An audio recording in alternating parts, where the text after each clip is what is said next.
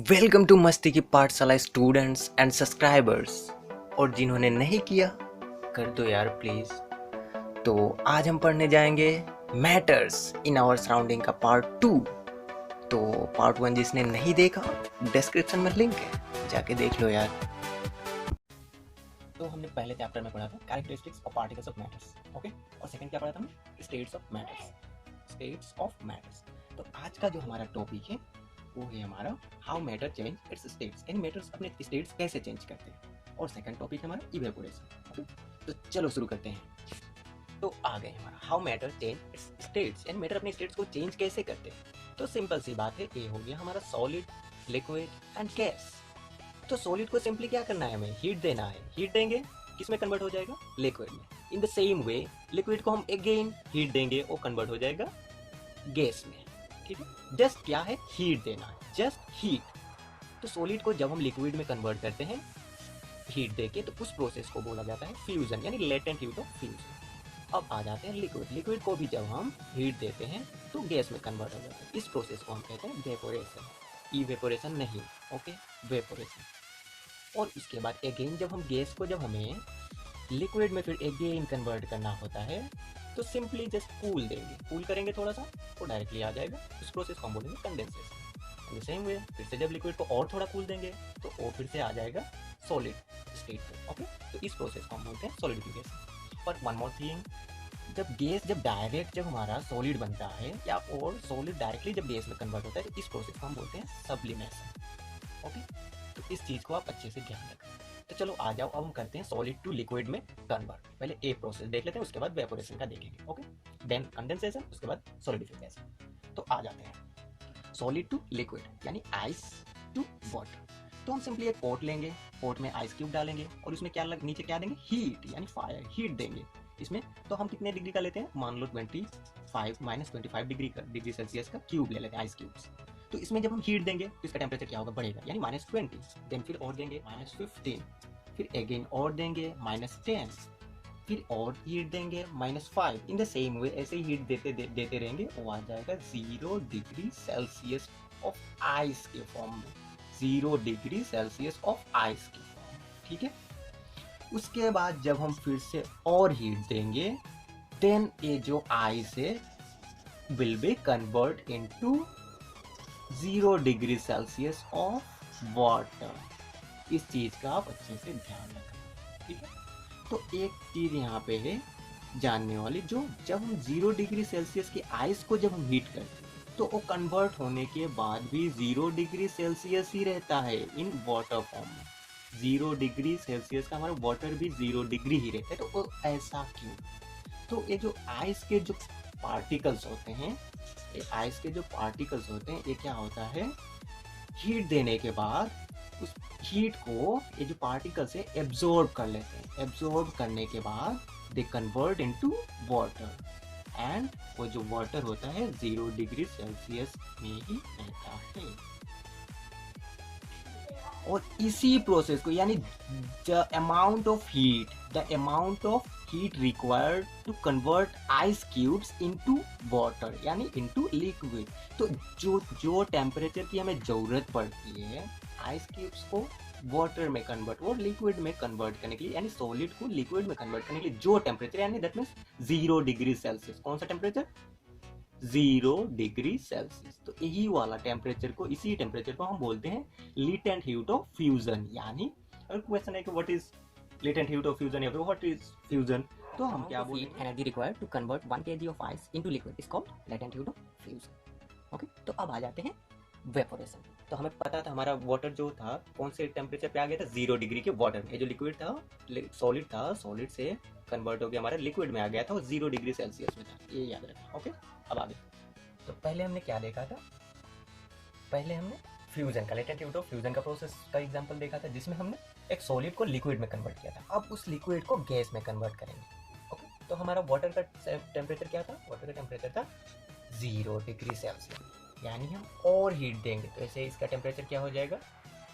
20 degree Celsius, फिर 30 degree Celsius, फिर ऐसे ही करके बढ़ता जाएगा। जितना हीट बढ़ाते रहेंगे टेम्परेचर इसका बढ़ता जाएगा, बढ़ते बढ़ते बढ़ते हमारा आ जाएगा 100 डिग्री सेल्सियस ऑफ वाटर।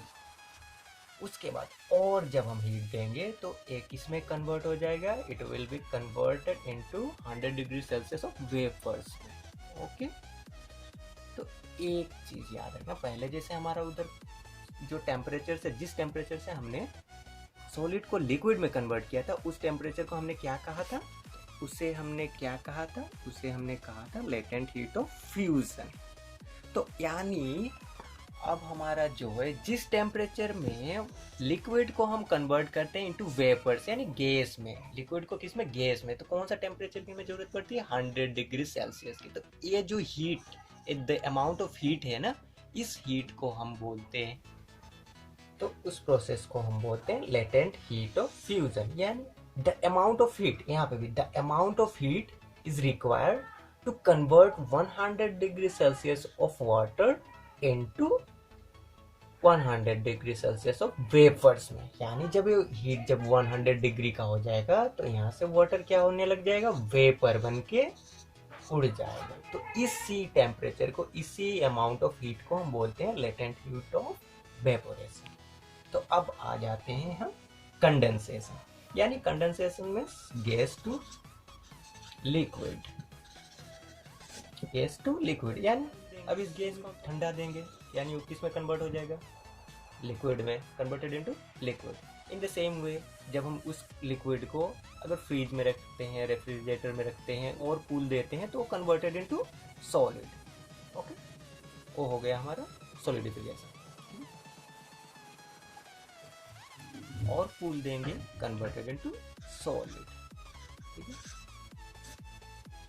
अब आ जाते हैं काइनेटिक एनर्जी के बारे में। काइनेटिक एनर्जी यानी जब भी हम टेम्परेचर बढ़ाते हैं तो क्या बढ़ती है, स्पीड बढ़ती है, स्पीड बढ़ती है पार्टिकल्स की। जब पार्टिकल्स की स्पीड बढ़ती है यानी पार्टिकल्स की काइनेटिक एनर्जी भी बढ़ती है। जब भी टेम्परेचर बढ़ती है स्पीड भी बढ़ती है, स्पीड बढ़ती है तो काइनेटिक एनर्जी भी बढ़ती है। ये आप अच्छे से ध्यान रखें। तो चलो ठीक है, हम डायरेक्टली आ जाते हैं सवाल। Who has more kinetic energy, 100 degree Celsius of water और 100 डिग्री सेल्सियस ऑफ स्टीम? तो बताइए।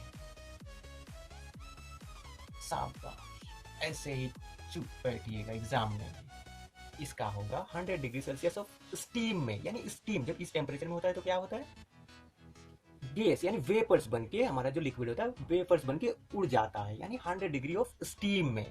ठीक है, चलिए ठीक, कोई बात नहीं, दूसरी और एक सवाल करते हैं। अब who has more kinetic energy? Next, ice, 0 degree Celsius of ice and 0 degree Celsius of water. किसके पास ज्यादा काइनेटिक एनर्जी होगा? बिल्कुल सही, 0 डिग्री सेल्सियस ऑफ वाटर के पास, यानी आइस से कन्वर्ट होता है। तो हम क्या देते हैं इसमें, हीट। इसमें भी क्या देते हैं, हीट। हीट जब देते हैं 100 डिग्री सेल्सियस वाटर को तो स्टीम में कन्वर्ट होकर वेपर बन के निकल जाता है। इन द सेम वे जब हम 0 डिग्री सेल्सियस की आइस को भी हीट देते हैं, क्या होता है, वो कन्वर्ट इनटू वाटर में आ जाता है, लिक्विड बन जाता है। चलिए ठीक है, तो टेम्परेचर की जो एसआई यूनिट होती है, एसआई यूनिट होती है, उससे बोलते हैं केल्विन। एकदम सिंपल है, यानी डिग्री सेल्सियस प्लस 273 यही होता है, इक्वल टू केल्विन। यानी सिंपली जैसे हमने ले लिया 100 डिग्री सेल्सियस, 100 डिग्री सेल्सियस और प्लस क्या करेंगे 273, क्या होगा, equal to 373 kelvin. In the same way फिर से हम अगर 50 डिग्री सेल्सियस लेते हैं प्लस 273 इक्वल टू जो हमारा होगा 323 केल्विन। एकदम सिंपल, यानी 0 यानी डिग्री सेल्सियस प्लस 273, बस 273 डिग्री सेल्सियस के साथ 273 को प्लस कर देना, इक्वल टू हमारा जो केल्विन होगा वो आ जाएगा। ओके, एकदम सिंपल। चलो अब हम नेक्स्ट में आते हैं। नेक्स्ट टॉपिक हमारा क्या था, इवेपोरेशन। ओके, इवेपोरेशन अब हम देख रहे हैं, यानी जब हम एक ठंडे ग्लास का पानी जब हम बाहर एटमॉस्फेरिक एयर में रखते हैं तो उसमें से क्या होता है, थोड़े बाहर पसीने जैसे हमें देखने। तो इवेपोरेशन में अब हम देख लेते हैं, हम सिंपली एक ग्लास पे वाटर लेते हैं। ओके, वाटर का जो टेम्परेचर होगा वो 80 डिग्री सेल्सियस का लेते हैं, 80 डिग्री सेल्सियस। तो हम क्या जानते हैं, पार्टिकल्स जो होते हैं, कोई पार्टिकल्स का जो टेम्परेचर होता है हाई होता है, कोई पार्टिकल्स का टेम्परेचर जो होता है लो होता है। तो इवेपोरेशन ये है जब कोई टेम्परेचर यानी जब कोई पार्टिकल्स अपने बॉइलिंग पॉइंट से, यानी हमारा बॉइलिंग पॉइंट से कितना था 100 जब होता है तभी जाके वेपोरेशन होता है। तो जब कोई भी पार्टिकल्स अपने टेम्परेचर, अपने बॉइलिंग टेम्परेचर से पहले ही अगर वो वेपोरेशन में कन्वर्ट हो जाता है तो उसे ही हम बोलते हैं इवेपोरेशन। यानी अब आ जाते हैं इवेपोरेशन के फैक्टर्स के बारे में। तो यानी इवेपोरेशन के फैक्टर्स क्या हैं, यानी अगर सरफेस एरिया अगर ज़्यादा है तो वेपोरेशन भी ज़्यादा होगी।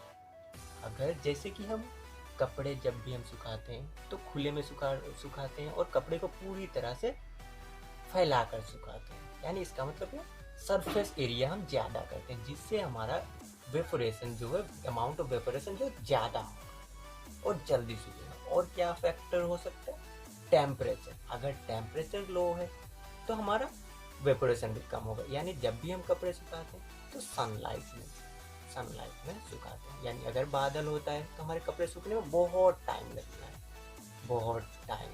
लेकिन जब भी सनलाइट में हम सुखाते हैं यानी टेम्परेचर जब हाई होता है तो हमारे कपड़े बस कुछ ही टाइम में सूख जाते हैं, यानी लेस टाइम। तो इन द सेम वे क्या देखा हमने फैक्टर्स, एक सरफेस एरिया अगर ज़्यादा है तो इवेपोरेशन ज़्यादा होगा।